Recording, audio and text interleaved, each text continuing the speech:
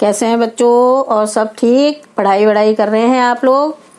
चलिए, बहुत अच्छा है।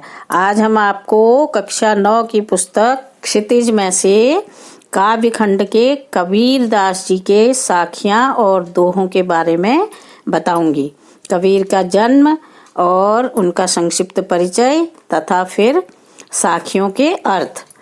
तो बच्चों, कबीरदास जी के बारे में कहा जाता है कि उनकी जन्म और मृत्यु के बारे में अनेक तरह की भ्रांतियां फैली हुई हैं, क्योंकि सभी को उनका सही जन्म समय और सही मृत्यु का समय मालूम नहीं था।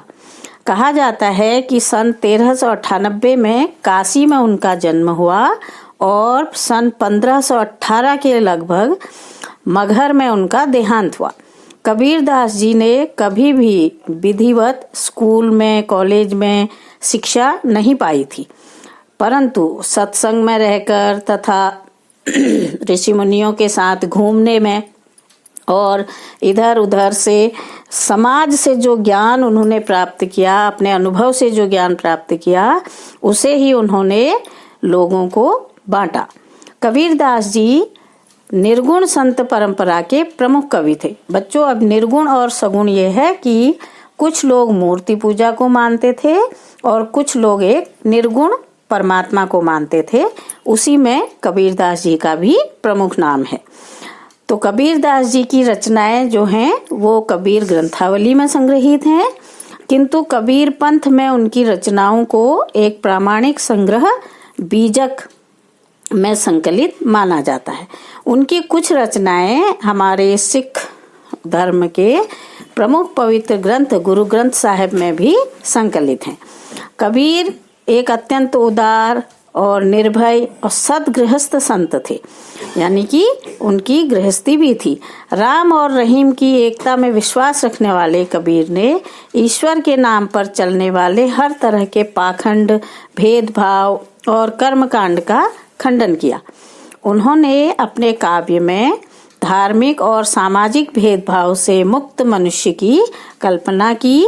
वे ईश्वर प्रेम, ज्ञान, वैराग्य, गुरु भक्ति, सत्संग और साधु महिमा के साथ ही आत्मबोध अर्थात अपने को जानना और जगत बोध अर्थात संसार को जानना, उनकी अभिव्यक्ति उनके काव्य में हुई है।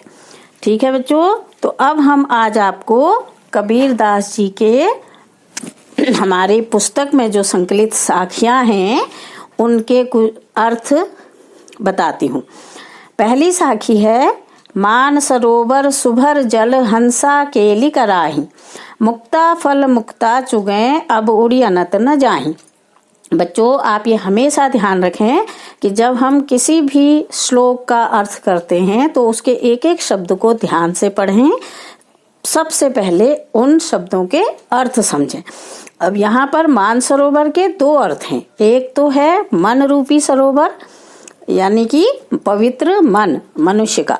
दूसरा मान सरोवर है हिमालय पर स्थित मानसरोवर झील। तो कबीरदास जी कहते हैं, मानसरोवर के सुंदर साफ स्वच्छ जल में हंस क्रीड़ा कर रहे हैं और मोती चुगते हैं। वे उसे छोड़कर कहीं और जाना पसंद नहीं करते। उसी प्रकार मनुष्य भी जीवन के माया जाल में इस तरह फंसा हुआ है कि वह सत्य को नहीं पहचान पाता, अर्थात परमात्मा को नहीं जानता। बच्चों, इसका एक दूसरा अर्थ भी होगा कि मन रूपी सरोवर में आत्मा रूपी हंस क्रीड़ा कर रहे हैं और वे संसार के माया जाल में इस तरह फंसे हुए हैं कि परमात्मा को पहचानने की शक्ति उनमें नहीं है। अब इसका दूसरी साखी है, प्रेमी ढूंढत मैं फिरो, प्रेमी मिले न कोई, प्रेमी को प्रेमी मिले, सब विष अमृत होय।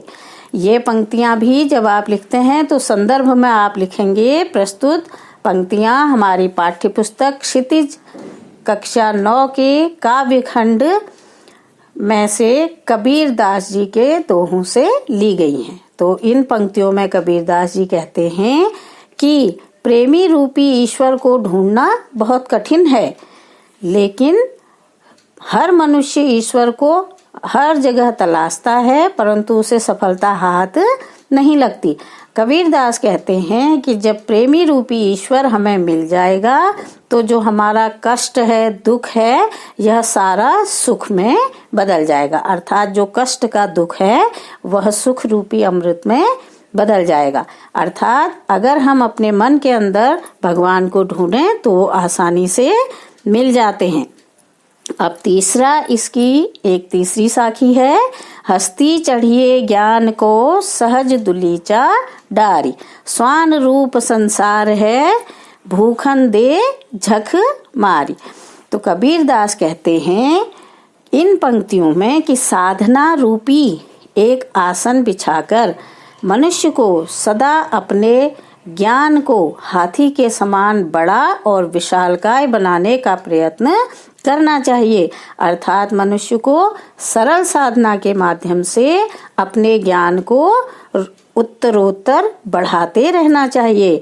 अर्थात ज्ञान प्राप्त करते रहना चाहिए, क्योंकि बच्चों ज्ञान की कोई सीमा नहीं है।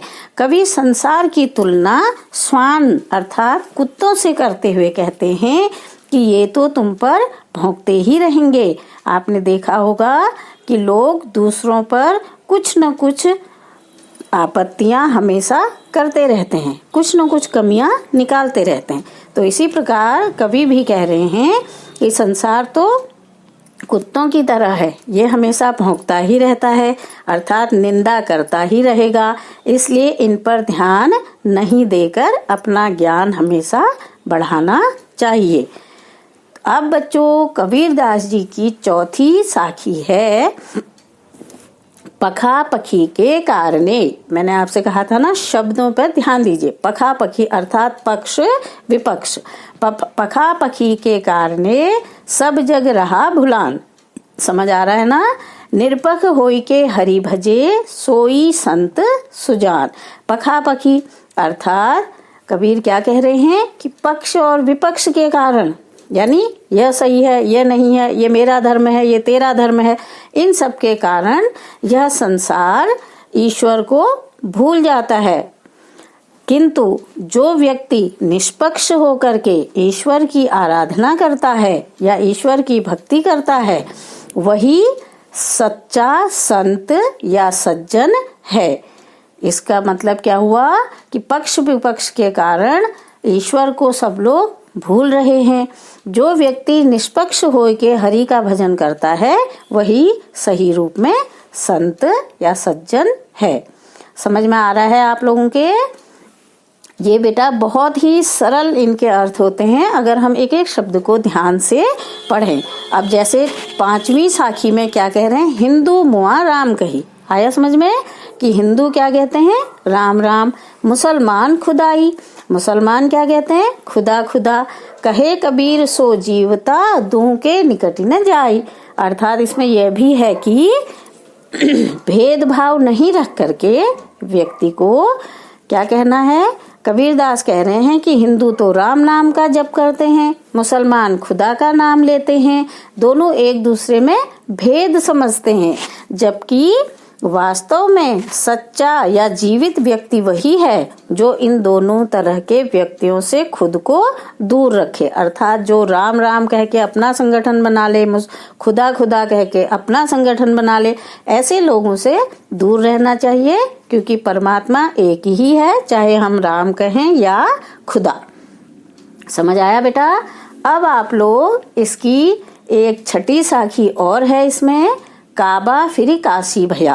काबा बच्चों मुसलमानों के पवित्र तीर्थ स्थान काबा कहते हैं, जहां हर साल हज करने लोग जाते हैं। और काशी आपको पता ही है, प्रयाग या काशी हिंदुओं का प्रमुख तीर्थ स्थान है। राम ही भया रहीम, और राम रहीम एक ही हैं। मोट चून मोदा भया बैठ कबीरा जीम। जिस प्रकार एक ही गेहूं के आटे से जो छोटा चूर्ण बनता है तो आटा हो गया, और महीन पीस दिया तो मैदा हो गया। अब इसका अर्थ समझिए। कबीरदास जी कहना चाहते हैं कि तुम चाहे काबा जाओ या काशी जाओ, या ईश्वर की राम के रूप में आराधना करो या रहीम के रूप में, ईश्वर तो एक ही है।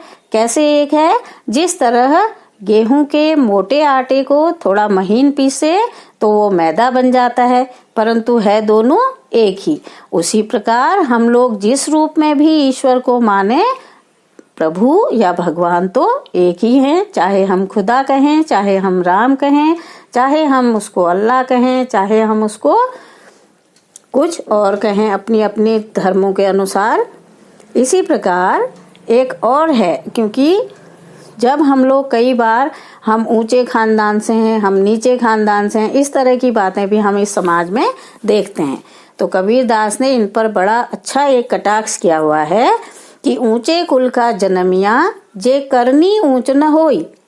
समझ रहे हैं? ऊंचे कुल में जन्म तो ले लिया, लेकिन कर्म ऊंचे नहीं किए। तो अभी ध्यान से देखिए, सुबरन कलश सुरा भरा। सुबरन माने स्वर्ण, सुरा माने शराब, कलश आप समझ गए होंगे घड़ा। साधु निंदा सोई। कबीरदास जी इस पंक्ति के माध्यम से यह कहना चाहते हैं उन लोगों से जो ऊंच नीच में ऊंच नीच का भेदभाव करते हैं। तो कबीर कहते हैं कि सिर्फ ऊंचे कुल में जन्म लेने से कुछ नहीं होता। मनुष्य अपने कुल से नहीं बल्कि अपने कर्मों की वजह से ऊंचा माना जाता है। यदि मनुष्य का कर्म बुरा है तो वह बुरा ही कहलाएगा, चाहे वो कितने ही ऊंचे कुल में जन्म लिया हो। जिस प्रकार यदि सोने के कलश में शराब भरी हो तो साधु भी उसकी निंदा करते हैं, क्योंकि साधु को अक्सर कहा जाता है कि वो न किसी की निंदा करते हैं न प्रशंसा करते हैं।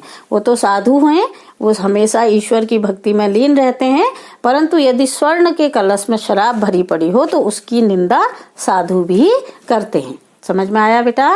अब आप लोग अगले वीडियो में इसी का अगला भाग शब्द की मैं व्याख्या करूंगी। अभी आप इसको ध्यान से पढ़िए, समझिए। जो आपको समझ ना आए वो आप कमेंट में लिख दीजिए, और इस वीडियो को लाइक कीजिए, शेयर कीजिए, सब्सक्राइब कीजिए और बेल का बटन दबा दीजिए। अगर इसमें कोई कमी हो तो कमेंट लिख के मुझे अवश्य बताएं। धन्यवाद।